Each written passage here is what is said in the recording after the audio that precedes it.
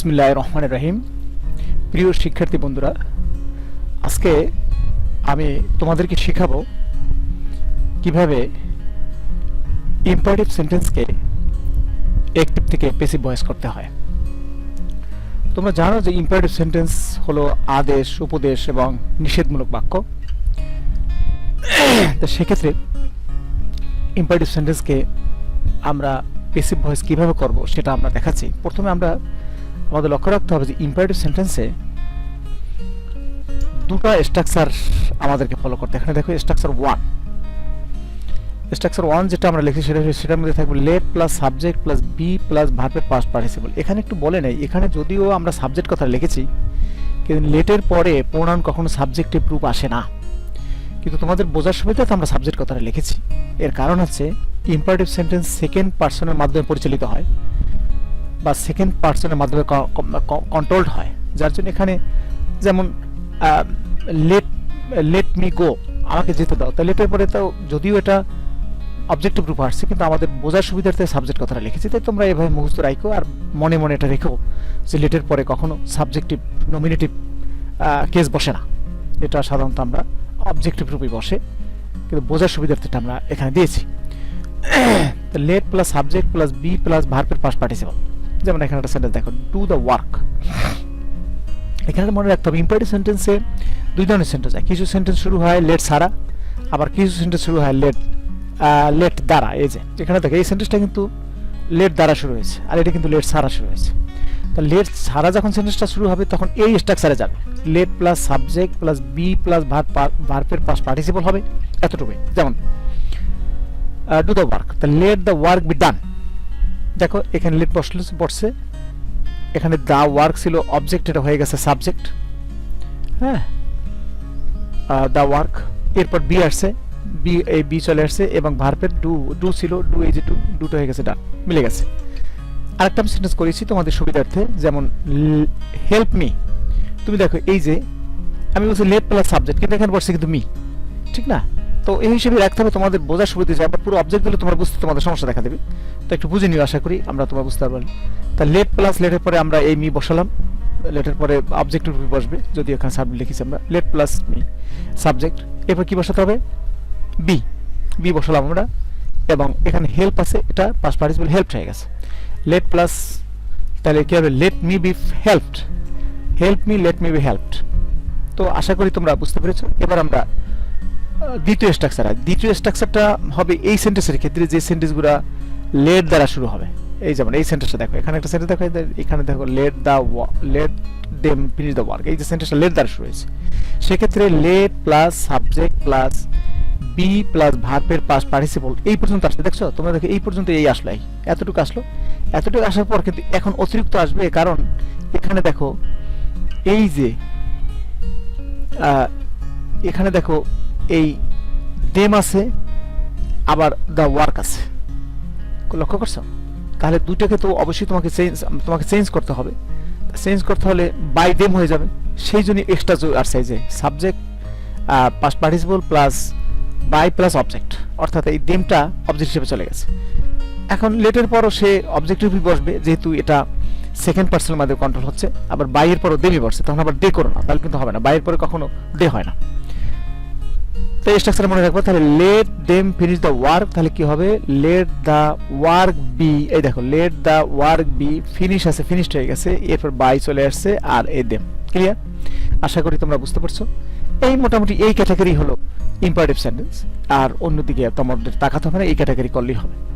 এবার আসতেছি আমরা voice, how to change voice from passive to active. Passive থেকে অ্যাক্টিভ কিভাবে করতে হয় সেটার একটু নিয়মটা জানাতে। সবসময় যে অ্যাক্টিভ থেকে প্যাসিভ করতে হবে এ কথা হয় নয়, কখনো কখনো প্যাসিভ থেকে অ্যাক্টিভ করতে হয়, সেটা কিভাবে করতে হয় দেখো। এখানে আমি একটা সেন্টেন্স লিখেছি, ও সব নিয়ম একই, রিভার্সিক্যাল হবে, আগে যেটা করেছে সেটা উল্টাটা হবে। যেমন the glass was broken by Rina, এই গ্লাসটা রিনা কর্তৃক ভাঙা হয়েছিল। তাহলে এটা কি পাস্ট ইনডেফিনিট টেন্স, যেহেতু ওয়াজ বসছে। আমরা তো বলেই দিয়েছি ও পাশে, আমরা যারা আমার আগের লেকচারগুলো দেখোনি তারা আমার চ্যানেলে ঢুকে সমস্ত লেকচারগুলো ওয়ান বাই ওয়ান দেখে নিতে পারো, এবং তোমরা এখানে যদি সাবস্ক্রাইব করে রাখো তাহলে অটোমেটিক্যালি তুমি এই আমার লেকচারগুলো পেয়ে যাবা। তাহলে ওয়াজ আছে পাস্ট ইনডেফিনিট টেন্স, তার ওয়াজটা কি হবে? উঠে যাবে। তাহলে রিনা আছে, অবজেক্ট হয়ে যাবে সাবজেক্ট রিনা। রিনা কি করছে, গ্লাস ভেঙেছে রিনার দ্বারা, তা রিনা ব্রোক দ্য গ্লাস, তুমি দেখো, এবং গ্লাস ছিল এখানে, ছিল সাবজেক্ট হয়ে গেছে অবজেক্ট, একেবারেই সোজা। আরেকটা আমি সরি, এখানে কোশ্চেন মার্কটা দেওয়া হয় নাই, এখানে কোশ্চেন মার্কটা তোমরা দিয়ে নাও। হু ওয়াজ হেল্পড বাই করিম, করিম কর্তৃক কে সাহায্য প্রাপ্ত হয়েছিল, তার মানে তাহলে করিম কাকে সাহায্য করেছিল, এটা হবে না যদি আমরা অ্যাক্টিভে নিই। তাহলে হু হইল সাবজেক্ট, যদি এটা অবজেক্ট হয়ে যায় তখন হবে হুম, এবং করিম ছিল এখানে অবজেক্ট হয়ে যাবে সাবজেক্ট। তাই করিমের আগে আমরা কি আনছি, ডিড নিয়ে আসছি, দেখছো এই ডিড, কারণ এটা দেখাই আবার ওয়াজ দেওয়া আছে এখানে, তার পাস্ট ইনডেফিনিট টেন্স ওয়াজ বসছে। এখন এখানে ডিড কেন আসলো, কারণ আমরা জানি অ্যাক্টিভ হয়ে যায় যখন কোনো প্রশ্ন করতে হয় তখন পাস্ট ইনডেফিনিট টেন্সে ডিড বসে হয়, ডিড বসে, তা সাবজেক্টে কি বসে, ডিড। আর হেল্পটার থাকতেছে না, কারণ এটা তো প্যাসিভ ভয়েসের জন্য পাস্ট পার্টিসিপল হয়ে গেছে, তখন এটা দুইটা পাস্ট টেন্স অ্যাক্টিভ ভয়েসে বসে না, তাই হেল্পড হয়ে গেছে হেল্প। তো হুম ডিড করিম হেল্প, শেষ। আবার কখনো কখনো প্যাসিভ ভয়েসে সাবজেক্ট উজ্জ্ব থাকে, তখন সাবজেক্ট ধরে নিতে হয়, সবসময় যে সাবজেক্ট থাকবে এরকম কোনো কথা নেই। যেমন এখানে একটা এক্সাম্পল দেই প্যাসিভ ভয়েসের, এটা মার্কিং করা হয়নি, আচ্ছা মার্কিংটা করলে ভালো, তো মিস হয়ে গেছে। My pen has been stolen, আমার কলমটা চুরি হয়ে গেছে। চুরি হয়ে গেছে বলতে আমরা এখন কে চুরি করেছে আমি কি জানি, কিন্তু এটা কিন্তু প্যাসিভ ভয়েস, চুরি হয়ে গেছে, এই তো হ্যাজ বিন, আবার মূল ভার্ব পাস্ট পার্টিসিপল, তাই হ্যাভ বিন হ্যাজ বিন বসে, প্রেজেন্ট পারফেক্ট টেন্সে মূল ভার্ব পাস্ট পার্টিসিপল হয়, তাহলে এটা কি প্যাসিভ ভয়েস, স্পষ্ট বোঝা যাচ্ছে। তো এটা যদি অ্যাক্টিভ ভয়েস করি তাহলে আমাকে অবশ্যই একটা সাবজেক্ট ধরে নিতে হবে। এখন আমার কলম কে চুরি করেছে আমি কি জানি, তাই আমি বলবো সামবডি, কে হো, তুমি কারো নাম বলতে পারো না, তাহলে তার সাথে তোমার ঝগড়া লেগে যাবে। তা সামবডি হ্যাজ বিনটা হ্যাজ হয়ে বিনটা উঠে যাবে, সামবডি হ্যাজ স্টোলেন, কারণ আমরা জানি অ্যাক্টিভ ভয়েসে পাস্ট প্রেজেন্ট পারফেক্ট টেন্সের সমস্ত পারফেক্ট টেন্সের মূল ভার্ব পাস্ট পার্টিসিপল হয়। তাহলে somebody has stolen my pen yesterday, my পেনটা এখানে ছিল সাবজেক্ট হয়ে গেছে অবজেক্ট। আর একটা সেন্টেন্স এখানে লিখে দিয়েছি, সেটা দেখো, our school was closed for sine die, আমাদের স্কুল অনির্দিষ্টকালের জন্য বন্ধ হয়ে গিয়েছিল। তো বন্ধ কই করছে, স্কুল তার নিজে নিজে বন্ধ হয় না, তাহলে তোমাকে সঠিক এজেন্ট ধরে নিতে হবে, আওয়ার অথরিটি, এটা যেহেতু পাস্ট ইনডেফিনিট টেন্স তাই ওয়াজটা উঠে গেছে।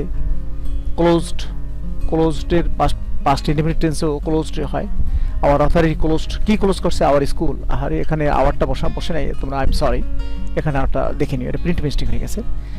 Our authority closed our school, এখানে দিয়ে স্কুল হবে না, ক্লোজড আওয়ার স্কুল, এটা দিয়ে স্কুল হবে না, আই এম সরি, এখানে our authority closed our school for Sunday. Some steps were taken to solve this problem. এই সমস্যার সমাধান করার জন্য কিছু পদক্ষেপ গ্রহণ করা হয়েছে। এখন দেখো কি পদক্ষেপ গ্রহণ করছে, আমি উই দিয়েছি আমরা, এটা হতে পারে people, the authority, the government, সঠিক এজেন্টটা তোমাকে ধরতে হবে, নাইলে কিন্তু হবে না। তাহলে এটাও পাস্ট ইনডেফিনিট টেন্স ওয়্যার আছে, তে আমি এটা ওয়্যারটা উঠে গেছে, টেকেনটা টুক হয়ে গেছে, জানো পাস্ট ইনডেফিনিট টেন্সের মূল ভার্ব কি হয়, পাস্ট ইনডেফিনিট টেন্স হয়, তো উই টুক সাম স্টেপস আছে, সাবজেক্ট হয়ে গেছে সাবজেক্ট। আর টু সলভ দিস প্রবলেম, এই যে প্রিপোজিশন যোগে যে ফ্রেজগুলো আসে এগুলা তোমার অনেক ক্ষেত্রে পরিবর্তন না করলেও চলবে, জায়গাটা জায়গায় রেখে দেওয়া যেতে পারে। আবার কখনো যদি খুব কাছাকাছি হয় সাবজেক্টের তখন অবজেক্টের সাথে নিয়ে যাওয়া, অসুবিধা নেই। তো এখানে নেওয়ার দরকার নেই, আমারটা জায়গায় আমরা রেখে দিয়েছি। তো আশা করি তোমরা আমাদের এই অ্যাক্টিভ থেকে প্যাসিভ থেকে অ্যাক্টিভ কীভাবে করতে হয় সেটা তোমরা পেয়ে গেছো। এরপর আমরা তোমাদের বেশ কিছু ভয়েস সেন্স আমরা দিয়ে দেব, সেই ভয়েস সেন্সগুলো তোমরা করার চেষ্টা করবা। আমি অলরেডি ইন্টিগ্রেটিভ সেন্টেন্সে দিয়েছি, আর অ্যাসার্টিভ সেন্টেন্সও আরও কিছু দেবো, বা অন্যান্য আরও কিছু ব্যতিক্রম ধরনের কিছু নিয়ম আছে, অল্প কিছু, সেটা দিয়ে আরেকটা ক্লাস তোমাদের সাথে আমি করবো। তো প্রিয় শিক্ষার্থী বন্ধুরা, আশা করি তোমরা আমার বুঝতে পারছো। আজ এ পর্যন্ত থাক, তোমাদের সুস্বাস্থ্য কামনা করে আজ এখানে রেখে রাখছি। আসসালামু আলাইকুম রহমতুল্লাহ।